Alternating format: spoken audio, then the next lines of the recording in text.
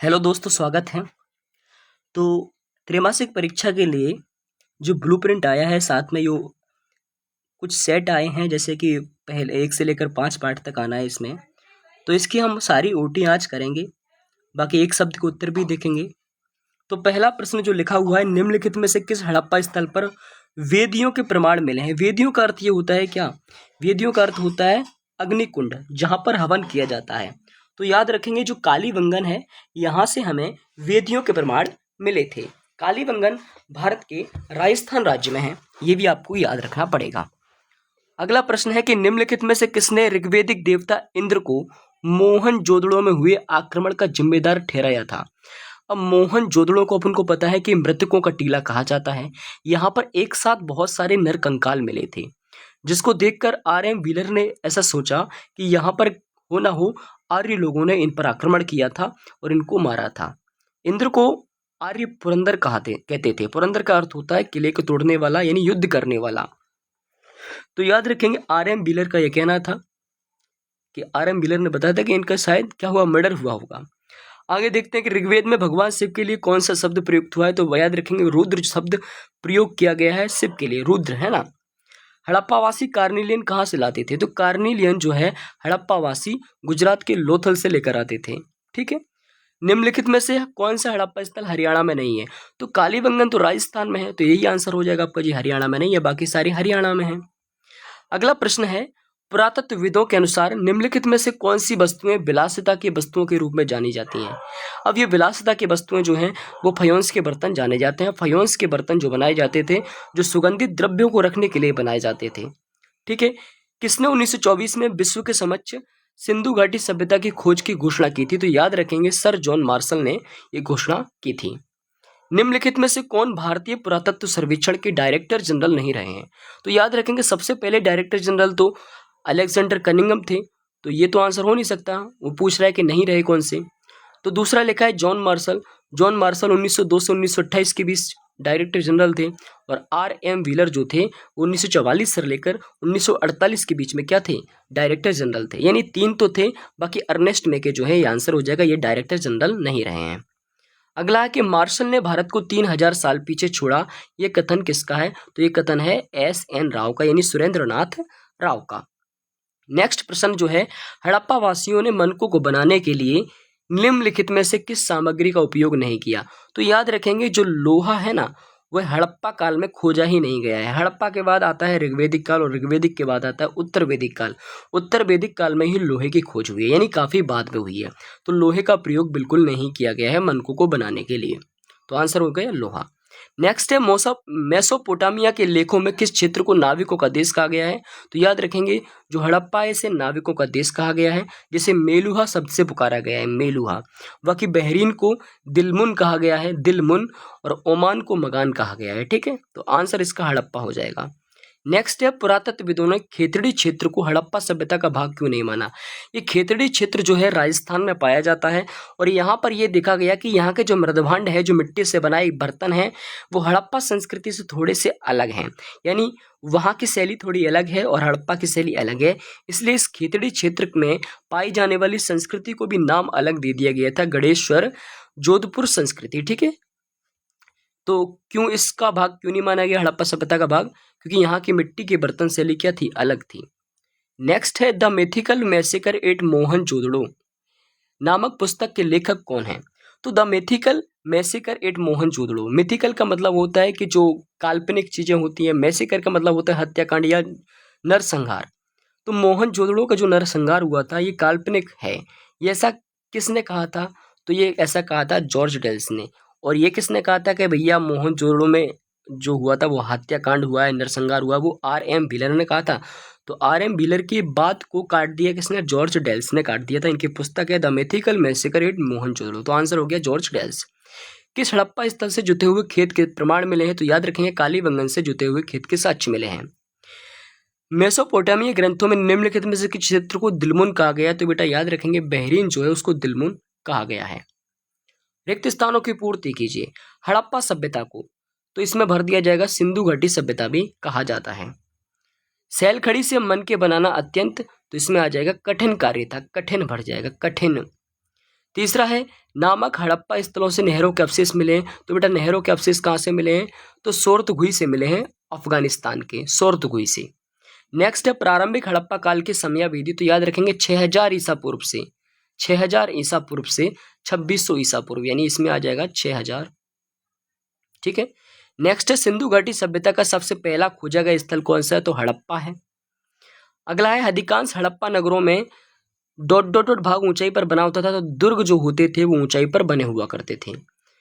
अगला है विशेष प्रकार के छेद करने के उपकरण चनहुदड़ो, लोथल और धोलावीरा, इसमें आ जाएगा धोलावीरा से प्राप्त हुए, यानी 3 जगह से, चनहुदड़ो से, लोथल से और धोलावीरा से। कई पुरातत्वविदों का मानना है कि हाजा पक्षी क्या था? एक मोर था। क्या था? मोर। हड़प्पा सभ्यता के सबसे लंबे अभिलेख में कितने चिन्ह हैं? 26 चिन्ह हैं। नेक्स्ट है सिंधु घाटी सभ्यता में सड़कों तथा नालियों को ग्रिड पद्धति, कौन सा हो जाएगा? ग्रिड पद्धति में बनाया गया था। तो ये रिक्त स्थान हो गए अपने। आगे देखते हैं सत्य सत्य।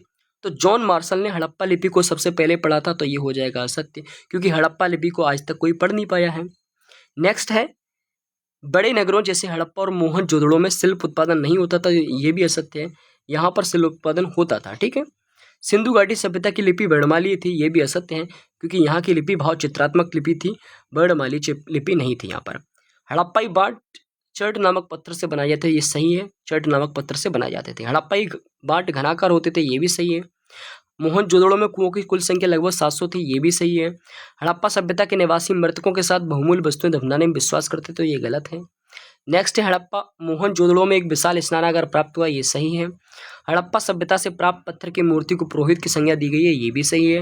हड़प्पा सभ्यता के पतन का एक कारण जलवायु परिवर्तन है, तो एक कारण यही बताया गया जलवायु परिवर्तन, ये भी सही है। आगे देखें मिट्टी के बने हल्के प्रतिरूप। तो बेटा ये बनावली से मिले हैं और चोलिस्तान से मिले, तो अपना हो जाएगा चोलिस्तान। ठीक है। जुता हुआ खेत कहाँ से मिला है? तो कालीबंगन से मिला है। नहरों के अवशेष सोरतगुई से मिले हैं। जलाशय के साक्ष्य धोलावीरा से मिले हैं और 16 कंकालों के अवशेष मोहनजोदड़ो से मिले हैं। अगली सही जोड़ी जो है शंख जो आता था बेटा नागेश्वर में बनाए जाते थे। लाजवर्द जो मणि थी, लाजवर्द मणि अपन देखें तो ये अपना हो जाएगा सोरतगुई। ठीक है। कार्नेलियन जो हो जाएगा वो लोथल हो जाएगा। सेलखड़ी जो आती थी वो दक्षिणी राजस्थान से, और सोना जो है दक्षिण भारत के स्वर्णगिरी से आता था। ठीक है। कर्नाटक में जो है। अगला है एक शब्द में उत्तर देना, एक वाक्य में दे सकते हैं। हड़प्पा की लगभग 2/3 बस्तियां किस नदी बेसिन में पाई गई? तो याद रखेंगे सिंधु नदी बेसिन। ठीक है। सिंधु घाटी सभ्यता की खोज की घोषणा कब हुई? तो 1924 में की गई थी, 1924। भारतीय पुरातत्व का जनक किसे कहा गया है? तो याद रखेंगे अलेक्जेंडर कनिंघम को कहा गया है। नेक्स्ट है सिंधु घाटी सभ्यता के किस स्थल पर विशाल स्नानागार मिला है? तो मोहनजोदड़ो आंसर हो जाएगा। सिंधु घाटी सभ्यता में फायोन्स में क्या रखा जाता था? तो सुगंधित द्रव्य रखा जाता था। हड़प्पा सभ्यता का अब तक खोजा गया सबसे बड़ा स्थल कौन सा है? तो राखीगढ़ी आंसर हो जाएगा आपका। हड़प्पा सभ्यता में किन किन जानवरों की हड्डियां प्राप्त हुई हैं? तो याद रखेंगे इसमें आप भर सकते हैं बैल है, सुअर है। ठीक है। बैल, सुअर, हिरन, तो इन सभी जानवरों की हड्डियां प्राप्त हुई हैं। हड़प्पा सभ्यता के निवासियों का मुख्य व्यवसाय क्या था? तो याद रखेंगे कृषि हो जाएगा। हड़प्पा वासियों को सोना कहाँ से मिलता था? तो स्वर्णगिरी से मिलता था, कर्नाटक या दक्षिण भारत लिख सकते हैं। इनमें से कौन हड़प्पा वासियों के लिए तांबे का स्रोत था? तो बेटा याद रखेंगे तांबे का स्रोत खेतड़ी था और एक ओमान था। ठीक है। तो आपका ये पहला पार्ट जो था उसकी ओटी आपकी खत्म हो चुकी है। अब आगे अपन दूसरे पार्ट पे पहुंचते हैं। निम्नलिखित में से कौन सा महाजनपद एक गढ़संघ था? तो बेटा गढ़संघ सिर्फ 2 ही थे, एक वज्जी था, एक मल्ल था, तो आंसर हो जाएगा वज्जी। बाकी राजतंत्रात्मक थे सारी। 16 महाजनपद। ठीक है। 16 में 14 राजतंत्रात्मक, 2 गढ़ थे, गढ़संघ। मनुस्मृति के अनुसार निम्नलिखित में से कौन सा पुरुष के लिए धन अर्जित करने का साधन नहीं है? तो बेटा चोरी है ना। निम्नलिखित में से कौन अर्थशास्त्र पुस्तक के लेखक है? तो आंसर हो जाएगा चाणक्य। निम्नलिखित शासकों में किसने देवपुत्र की उपाधि धारण की थी? तो कुषाण शासकों ने देवपुत्र की उपाधि धारण की थी। निम्नलिखित में से किस स्त्रोत में मौर्य साम्राज्य का उल्लेख नहीं? तो वैदिक ग्रंथ में मौर्य साम्राज्य का उल्लेख नहीं होगा, क्योंकि वैदिक ग्रंथ बहुत पहले बनाए गए, बाद में मौर्य साम्राज्य आया है। मौर्य साम्राज्य का प्रांतीय केंद्र नहीं था, तो बेटा ये हो जाएगा आपका मथुरा। ठीक है। अगला है अशोक ने धम्म का प्रचार करने के लिए किस विशेष अधिकारी को नियुक्त किया? तो धम्म महामात्य। अगला है मौर्य साम्राज्य का दक्षिणी प्रांतीय केंद्र कौन सा था? तो स्वर्णगिरी था। अशोक के अधिकांश अभिलेख किस भाषा में है? तो बेटा जो अशोक के अधिकांश अभिलेख हैं वो प्राकृत भाषा में हैं। निम्नलिखित में से कौन सी सरदारियां मौर्य काल के बाद दक्षिण भारत में नहीं उभरा? तो दक्षिण भारत में चोल चेर पांड्य था, योधे उत्तर भारत में था। ठीक है, अगला शिल्पादिकरम एक किस भाषा का महाकाव्य है? तो आंसर हो जाएगा तमिल भाषा। सुदर्शन झील, तो सुदर्शन झील एक कृत्रिम जलाशय था, कृत्रिम, ठीक है, जो कि चंद्रगुप्त मौर्य के द्वारा बनवाया गया था। चंद्रगुप्त मौर्य के दरबार में यूनानी राजदूत कौन सा था? तो मेगस्थनीज था। किसने अपने संदेश पत्रों और पॉलिश किए हुए स्तंभों पर लिखवाए? तो बेटा सम्राट अशोक हो जाएगा। समुद्रगुप्त के राजकवि कौन थे? तो हरिशेन थे। घर का मुखिया कौन कहलाता है? तो गृहपति कहलाता है, गृहपति। आरंभिक भारत का सबसे प्रसिद्ध विधि क्या है? तो बेटा विधि ग्रंथ है मनुस्मृति। हर्षवर्धन के राज्य कवि कौन थे? तो हरिशेन थे। ठीक है, सॉरी बाणभट्ट थे। ठीक है, प्रभावती गुप्त की शादी किससे हुई थी? तो वाकाटक राज परिवार से हुई थी। ठीक है, सिक्कों के अध्ययन को न्यूमिस्मेटिक्स या मुद्रा शास्त्र कहा जाता है। सत्य सत्य देखते हैं। सभी महाजनपदों में गणतांत्रात्मक शासन प्रणाली थी, तो ये गलत है। 14 में राजतंत्रात्मक थी और बाकी 2 में गणतांत्रिक थी। सुदर्शन झील गुजरात के गिरनार क्षेत्र में स्थित है, तो ये सही है। प्रयाग प्रशस्ति की रचना बाणभट्ट ने की है, गलत है। प्रयाग प्रशस्ति की रचना हरिशेन ने की थी। मेगस्थनीज चंद्रगुप्त मौर्य के शासनकाल में भारत आया था, ये भी सही है। मौर्य वंश का अंतिम शासक अशोक था, ये गलत है, क्योंकि मौर्य वंश का अंतिम शासक बृहद्रथ था। प्रभावती गुप्त वाकाटक वंश की राजकुमारी थी, तो ये सही है। ये गलत है। वाकाटक वंश की राजकुमारी नहीं थी, वाकाटक वंश में तो इनका विवाह हुआ था, वो गुप्त वंश की राजकुमारी थी। कुषाण शासकों ने देवपुत्र की उपाधि धारण की थी, तो ये सही है। सम्राट अशोक ने सुदर्शन झील का जीर्णोद्धार कराया, तो ये गलत है। रुद्रदामन ने जीर्णोद्धार कराया था सुदर्शन झील का।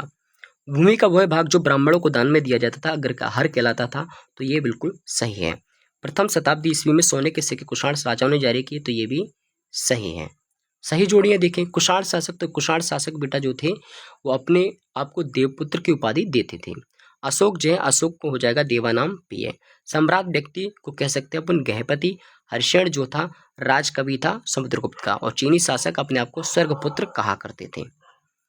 पाटलिपुत्र बेटा वर्तमान पटना का नाम है। राजगाह राजगीर का प्राकृत नाम है, और कलिंग जो है वो वर्तमान तटीय उड़ीसा में पड़ता है। अर्थशास्त्र के जो रचनाकार हैं वो कौटिल्य हैं, और मसत्तुबन जो है वो धनी व्यापारी को कहा जाता है। एक वाक्य में उत्तर दीजिए। तो शासकों के नाम वाले प्रथम सिक्के किसने जारी किए? तो याद रखेंगे हिंद यूनानियों ने जारी किए थे। मेगस्थनीज कौन था? तो याद रखेंगे मेगस्थनीज सेल्यूकस निकेटर का राजदूत था, जो चंद्रगुप्त मौर्य के दरबार में आया था। कौटिल्य द्वारा रचित अर्थशास्त्र की विषय वस्तु क्या है? तो बेटा राजनीति है, याद रखेंगे। बड़े पैमाने पर सोने के सिक्के किनके द्वारा चलाए गए? तो कुषाण शासकों के द्वारा, याद रखेंगे। राजगाह शब्द का अर्थ क्या है? तो राजाओं का घर इसका अर्थ होता है।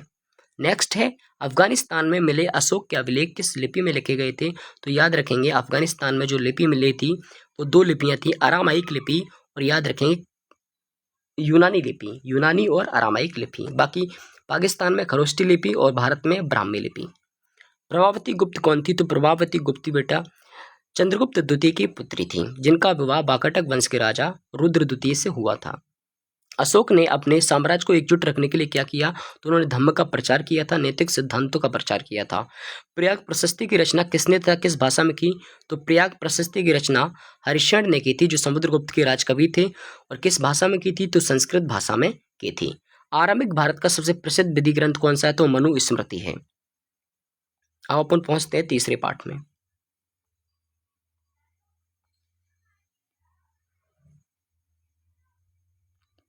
तीसरे पाठ का नाम है बंधुत्व जाति तथा वर्ग। महाभारत के समलोचनात्मक संस्करण के संपादन का नेतृत्व किसने किया? तो आंसर हो जाएगा B.S.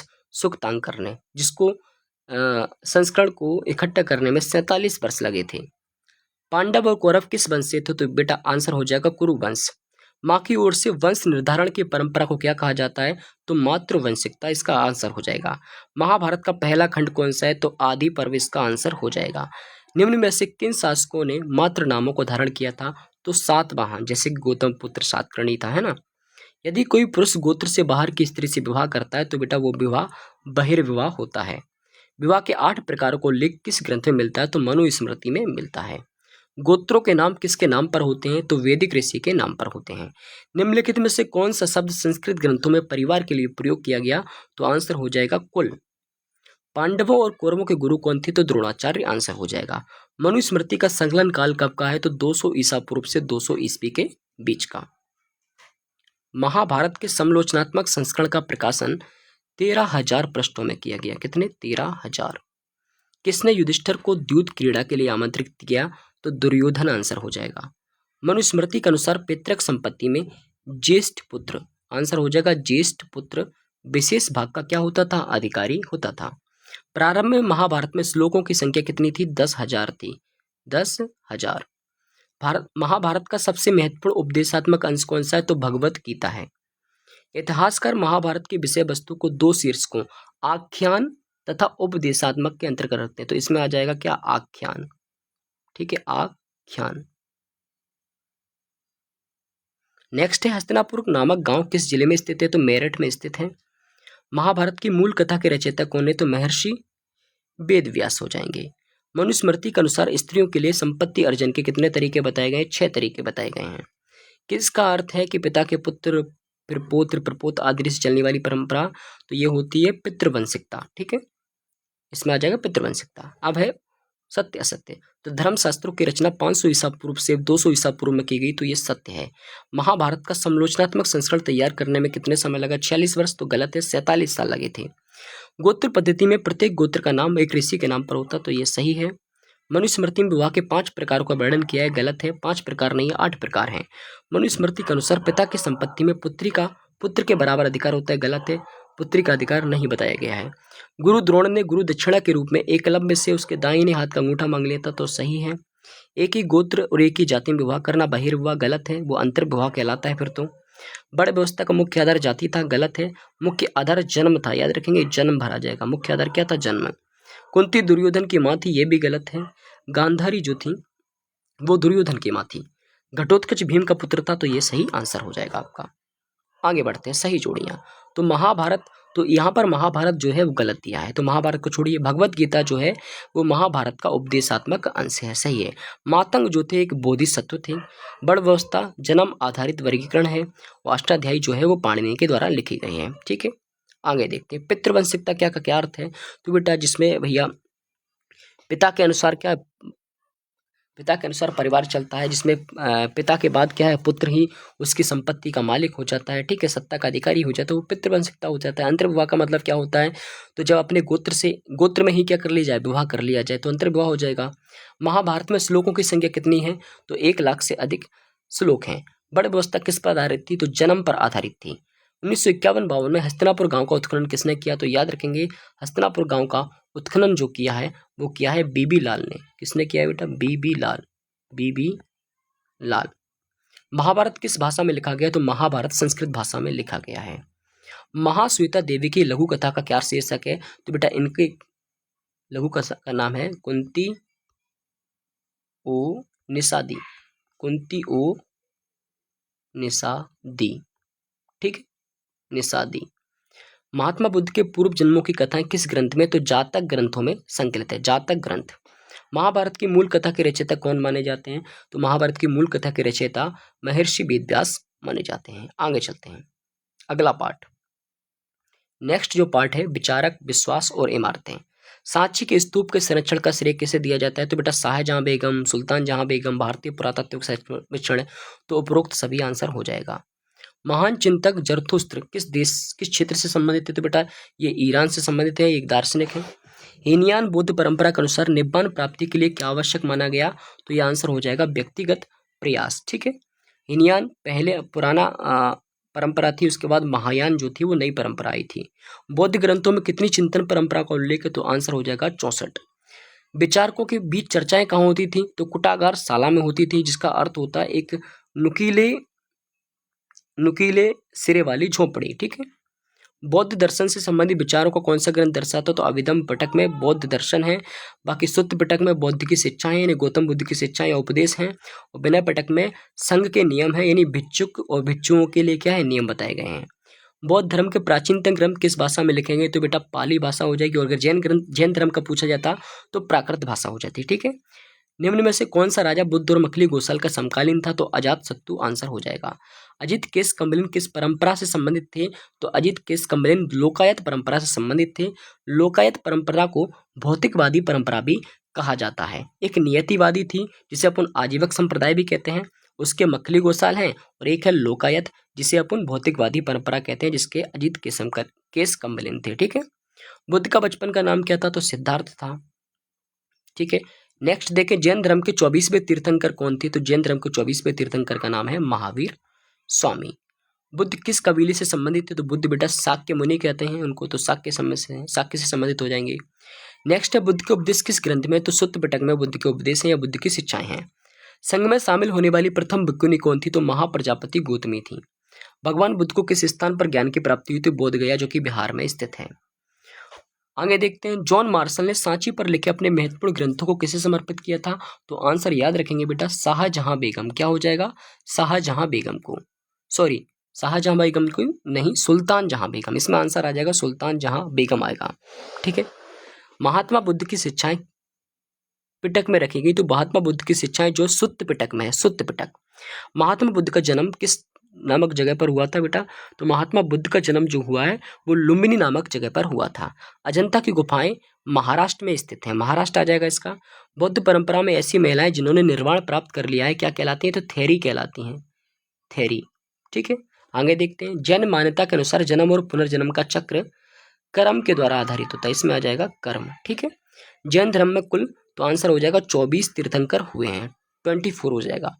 महात्मा बुद्ध ने बौद्ध संघ में महिलाओं के प्रवेश की अनुमति अपने प्रिय शिष्य के आग्रह पर दी थी, तो इसमें प्रिय शिष्य का नाम आ जाएगा आनंद के आग्रह पर, आनंद। एलियट के अनुसार तो यह अमरावती का स्तूप सबसे शानदार था। एलियट के अनुसार कौन सा? अमरावती का स्तूप। ठीक है, बौद्ध धर्म की नई परंपरा को तो महायान कहा गया। क्या कहा गया? नई परंपरा महायान। आगे बढ़ते हैं, सत्य सत्य। बौद्ध संघ में जन्म के बजाय आचरण और मूल्यों पर बल दिया जाता था, तो ये सही बात है। वहां पर ये नहीं देखा जाता था कि किस जाति में जन्म हुआ है, जन्म के बजाय आचरण और मूल्यों पर बल दिया जाता था बौद्ध संघ में। इसलिए महिलाएं भी जा सकती थी वहां पर, ठीक है, पुरुष भी जा सकते थे, किसी भी जाति का मतलब भेदभाव नहीं होता था वहां पर। ये नहीं देखा जाता था कि कौन राजा है कौन पुरुष है। ठीक है, स्तूप निर्माण हेतु केवल राजाओं ने दान दिए, तो ये गलत है। स्तूप निर्माण के लिए कुछ शिल्पकारों ने भी दान दिया था। ठीक है, कुछ हाथी दांत का काम करने वाले व्यापारियों ने भी दान दिया था, महिलाओं ने भी दान दिया था। ठीक है, शुरू के मंदिर एक चौकोर कमरे के रूप में थे जिन्हें गर्भगृह कहते, तो बिल्कुल सही हो जाएगा। महायान परंपरा जैन धर्म से संबंधित है, तो बेटा ये गलत है। महायान परंपरा जो होती है बौद्ध धर्म से है, जैन धर्म में तो श्वेतांबर और दिगंबर होते हैं। ठीक है, बुद्ध के उपदेशों का संकलन विनय पिटक में है, तो ये भी गलत है। विनय पिटक में तो जैन धर्म के जो भिक्षु को भिक्षु होते हैं ना, उनके संघ के नियम है। बुद्ध के उपदेश तो कहाँ पर हैं? सुत्त पिटक में है। जैन धर्म के 24वें तीर्थंकर पार्श्वनाथ है, तो ये भी गलत है। वो तो 23वें नंबर के तीर्थंकर है पार्श्वनाथ। फर्गुसन ने सांची को सर्प पूजा का केंद्र माना, तो ये बिल्कुल सही है। ठीक है, जब सांची के स्तूप को उन्होंने देखा तो वहां पर कुछ सर्प के चित्र थे, इसलिए फर्गुसन ने समझा कि यह सर्प पूजा का केंद्र होगा, क्योंकि वहां पर मूर्ति तो होती नहीं है, तो इसलिए उनको ज्यादा ध्यान नहीं आया। बौद्ध परंपरा में प्रतिष्ठित शिक्षकों को थीर कहते थे, तो ये सही है। हाथी को शक्ति और ज्ञान का प्रतीक माना जाता था, तो ये भी सही है। 1818 में सांची के स्तूप की खोज हुई, तो ये भी आपका सही हो जाएगा। आगे देखते हैं, रिक्त आसन। तो रिक्त आसन जो है वो ध्यान मग्न बुद्ध का प्रतीक है। चक्र जो है या धर्म चक्र प्रवर्तन जो बुद्ध ने पहला उपदेश दिया था उसका प्रतीक माना जाता है। साल भंजिका जो एक स्त्री के जो चित्र बनाया है, स्त्री की जो मूर्ति है जो कि साल वृक्ष की पत्तियों को तोड़ रही है, उसको शुभ का प्रतीक माना गया है। हाथी जो है शक्ति और ज्ञान का प्रतीक है, और स्तूप जो है महापरिनिब्बान का प्रतीक है। आगे देखते हैं, जरथुस्त्र तो ये ईरान से संबंधित है, सुकरात यूनान से संबंधित है, खुन्स्की चीन से संबंधित है, और महावीर भारत से संबंधित है। सभी सही मिले हुए हैं। आगे देखते हैं, राजसु और अश्वमेध यज्ञ जैसे जटिल यज्ञ कौन करते थे? तो आंसर हो जाएगा इसका क्या? इसका आंसर हो जाएगा राजा। ठीक है, जो राजाओं के द्वारा करवाया जाता था। फ्रांसीसियों ने सांची के तोरण द्वार को फ्रांस के संग्रहालय में ले जाने के लिए किससे अनुमति मांगी? तो इसका आंसर होगा शाहजहां बेगम। देखो, शाहजहां बेगम पहले आई थी, उसके बाद उसकी उत्तराधिकारी जो थी वो सुल्तान जहां बेगम थी। शेषनाग पर आराम करते हुए विष्णु की सबसे ऊंची मूर्ति कहाँ है? तो ये है देवगढ़ उत्तर प्रदेश, देवगढ़ उत्तर प्रदेश, देवगढ़ उत्तर प्रदेश। सुदर्शन झील का जीर्णोद्धार किसने करवाया था? तो ये हो जाएगा रुद्रदामन। त्रिपिटक किस धर्म से संबंधित ग्रंथ है? तो ये बेटा बौद्ध धर्म हो जाएगा। जैन दर्शन की सबसे महत्वपूर्ण अवधारणा क्या है? तो ये हो जाएगा अहिंसा।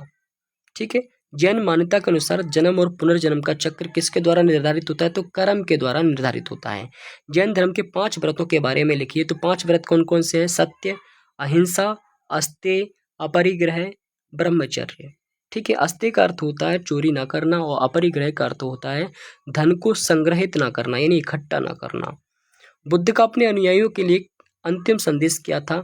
तो बुद्ध का अपने अनुयायियों के लिए अंतिम संदेश क्या था? तो आपको क्या पता है इसके बारे में कि बुद्ध का अपने अनुयायी के लिए अंतिम संदेश क्या था? इसका आंसर क्या हो जाएगा? इसका आंसर ये था कि तुम सब अपने लिए खुद ही ज्योति बनो, क्योंकि तुम्हें खुद ही अपनी मुक्ति का क्या है? रास्ता ढूंढना है। इसका आंसर ये था। कैलाशनाथ मंदिर कहाँ स्थित है? तो कैलाशनाथ मंदिर जो है वो महाराष्ट्र में स्थित है। ठीक है, तो ये 4 जो हैं आपके पाठ हो चुके हैं। अगर वीडियो पसंद आई तो वीडियो को लाइक करें, चैनल को सब्सक्राइब